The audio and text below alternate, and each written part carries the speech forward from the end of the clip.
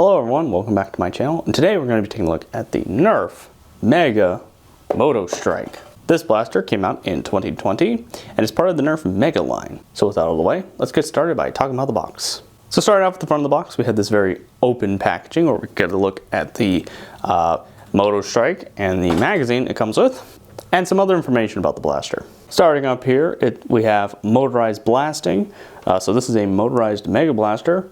It's actually the first motorized Mega Blaster I've ever owned, so it's going to be pretty cool. This blaster also comes with 10 Mega Darts. Because it's motorized, it requires 4 C batteries and is ages 8+. Flipping out to the other side, we can see a little more information on the Motostryke. Here we can see this blaster comes with a 10 dart clip magazine, and again that this blaster is motorized. So that's just about it. So let's get this thing out of the box.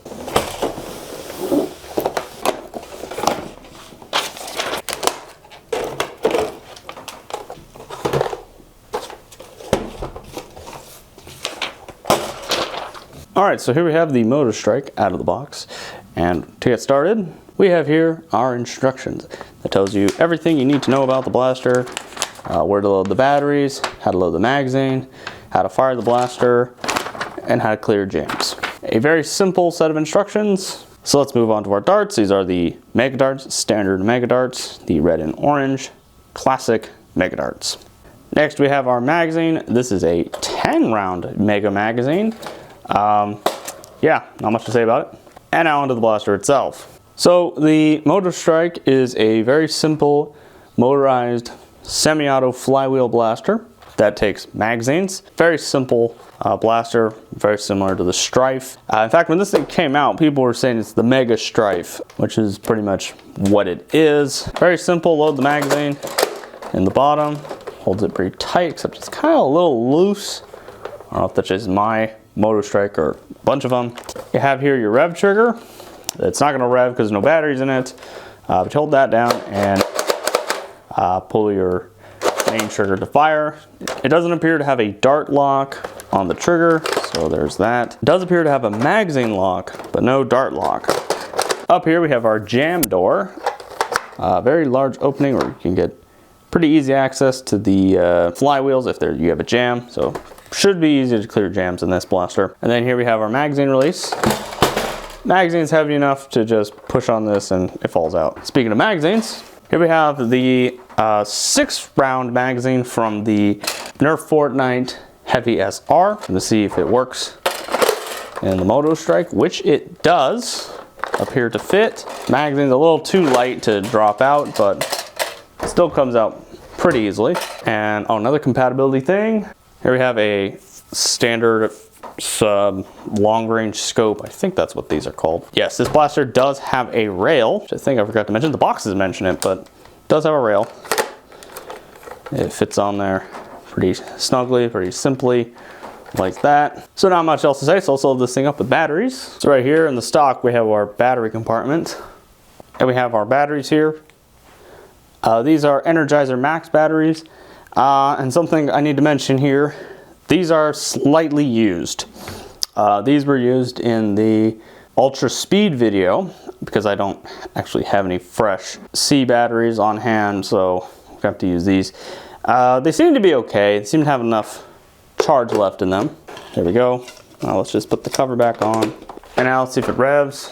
It doesn't rev without a magazine, so let's put the magazine in.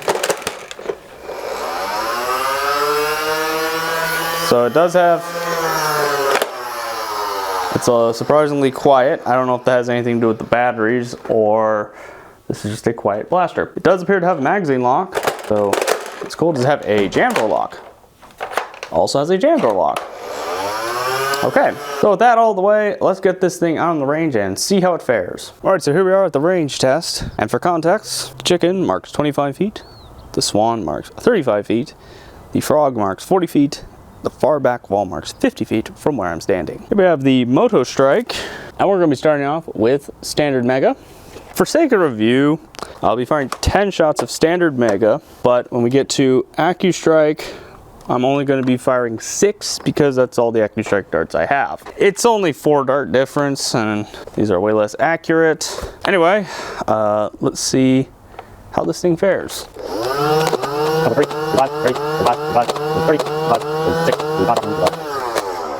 All right, those didn't go super far. On to Motostryke. Let's see how these fare. So, not the best, not super far, but pretty consistent around the 30 to 35 mark for both those darts. Motostryke was actually going a little bit consistently going to the 35 mark, while Mega was going a little bit closer here. As I stated before, I'm not using fresh C batteries because I don't have any. That might be the reason why it's not going super far, but it's a Mega Blaster. You're not supposed to necessarily go super far. Anyway, let's move on to the accuracy test. All right, here we are at the accuracy test. As you can see, we have our target set up over there. We're gonna be starting off with 10 shots of standard Mega. For those who are wondering, that is your sight picture. All right, let's see if we can hit anything.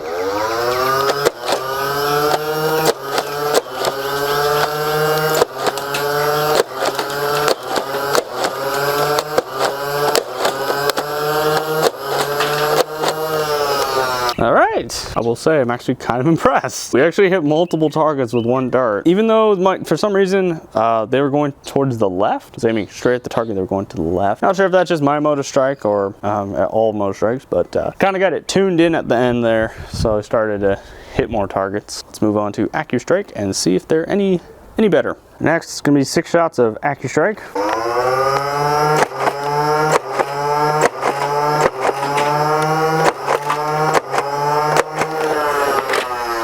I didn't hit much, but that is not on Motostryke's fault there. It's probably just I need practice. As we saw, those darts were going pretty straight. Yeah, just need to adjust my aim a little bit, and I probably would have hit more. I'll say it's still good, still works fine, still works as intended. It's just, you gotta hone it in a little bit. So, seems to use these darts pretty well, so let's move on to the speed test. All right, so here we are at the speed test. As you can see, we have our chronograph set up, and we're going to be starting off with standard Mega. Unlike the previous 2 tests, I'm actually going to be only doing 6 darts each to keep the speed results somewhat similar. Let's see how this fares. I'm just gonna say something right now. I don't know why the Motostryke seems louder now. That's a little weird. And also, I started to notice chunks of glue and foam are falling out of the front of this blaster too. So I don't know what's up with that. Maybe it's going faster now? I don't know what's going on. Anyway, we're gonna be moving on to the next dart, which is Motostryke. All right, so let's go over the speed data.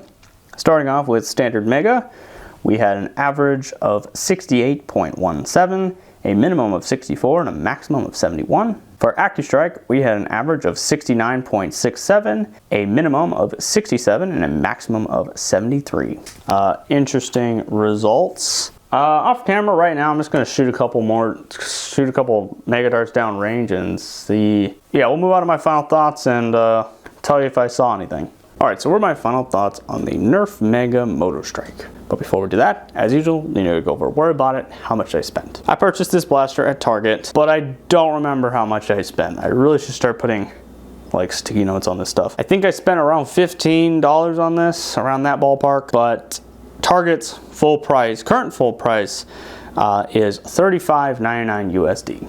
Also, another note, I did go out on the range off camera to fire this blaster, fired a couple shots down range. They're landing exactly the same where they were. I really don't know why I thought this blaster was quieter. Maybe it was, I don't remember. I'm not even too sure. It's the same results, got the same results as I did during the original range test. So with pricing out of the way, let's talk about the blaster. Starting off with aesthetics. Aesthetically, I think this blaster looks pretty cool. It has this kind of sci-fi heavy rifle look to it. Has a very big and blocky design here, which is pretty much the overall aesthetic for a lot of the other Mega Blasters. I do like the color scheme here, the dark gray, white, and red. I also like the very large Mega logo here. It's just a separate plastic piece, which is pretty cool. Also like the clear jam door, which is pretty nice. I will say it has one of the nicer sight pictures that I've seen as of late. Overall, very cool sci-fi looking blaster. Ergonomically, the blaster is fairly comfortable with the grip wise. The rev trigger is a little stiff, at least on mine. It is a little rear heavy because the batteries are in the back, but shouldering this isn't too bad. But you do have this angled foregrip up here, helps the blaster balance pretty well. The sights line up pretty well with this stock. A lot of people would say this is a small stock, but it's angled down, so your eyes line up perfectly with the sights. Other than the rev trigger, main trigger is pretty nice, though there is an issue, at least maybe with my Motostryke, where if you don't hold this down all the way or kind of like weakly press it, the motors will rev, but the trigger won't go. I don't know, it's a little finicky, at least on mine. I guess if you hold this thing down too weak. That of course goes back to my rev trigger being a little too stiff. Like I said, not sure if it's on every Motostryke, but mine is like that. Magazine release, very simple. Just push the button here, drops the magazine out. Very comfortable, very easy to use. So no complaints there. Something I forgot to mention in the original talk about the blaster, we have a carry handle here, which doesn't balance well because the batteries are in the back. Also, this little way that they made this grip on here is a little bit pointy on the edges, so it is a little uncomfortable to hold. But other than a couple of minor things, this is a pretty comfortable blaster. Let's move on to compatibility. The magazine compatibility is pretty normal. I know there's other brands. I think Busby has their own brand of like mega magazines. I don't have any of those, and I don't think they sell them anymore.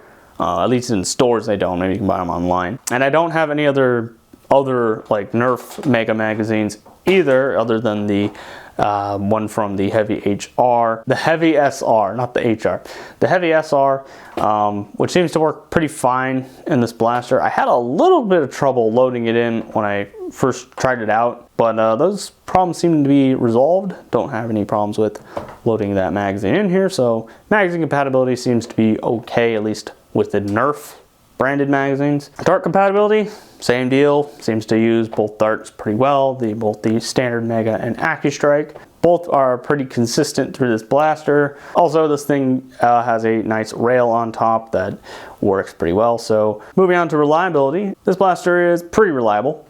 Haven't had any jams, haven't had any misfires, none of that. So it seems to work pretty well. Build quality wise, nothing to complain here. This blaster is pretty solid.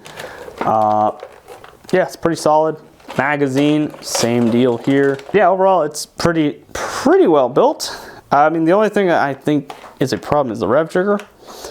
I don't think this is a metal spring in here. I might be wrong, but it definitely feels like one of those plastic leaf springs. So that's probably why it's so squishy. Other than that, pretty well built. So the last point I want to make is value. What are you getting for $35.99 USD? So the first thing I want to mention is the ammo. It's pretty obvious. This is a Nerf Mega Blaster, so it's going to use Nerf Mega Darts. At least where I live, the ammo is kind of hard to find. I don't really see it at Walmart, and the only time I see it at Target is in a 10-pack for $7.99. So it's $8 for 10 darts. Not a good price to quantity ratio. Which is also something to mention, Mega Darts are kind of expensive. And the only other place that appears to sell Mega Darts that I actually have them in stock is Amazon.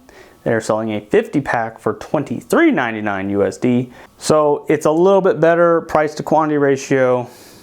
Still not great, but it is better. I don't know, maybe the Targets, Walmarts, or whatever stores you have around you actually still sell Mega Blasters and darts, but at least in my area, they don't sell too much. Of course, with Amazon, you can buy practically everything. If you are planning to buy this, I would say be prepared to buy from Amazon. On kind of an unrelated note, this is more of my opinion, more of an observation. I kind of feel like Nerf is retiring the Nerf Mega line because they haven't really released any Nerf branded Mega Blasters in a while that I know of. They might release something tomorrow, might release something today that I haven't seen, but I just haven't really seen many like this.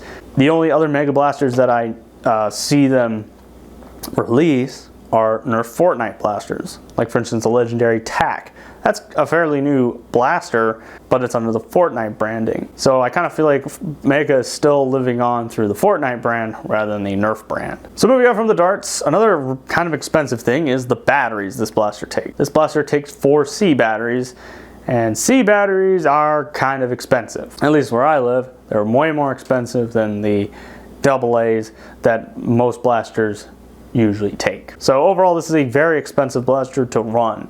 It's a fun blaster, but it's kind of expensive. But would I overall recommend the Motostryke? Well, this is definitely a blaster I would recommend on sale. Not just the blaster, but the darts. If you can get the darts on sale, definitely would recommend picking those up, as well as picking this blaster up on sale.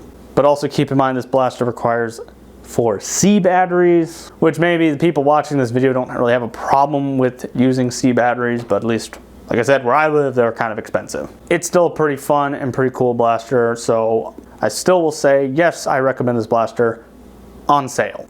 Anyway, that will be the end of the review. Comment your thoughts about this blaster down below. Comment what else you want to see on this channel.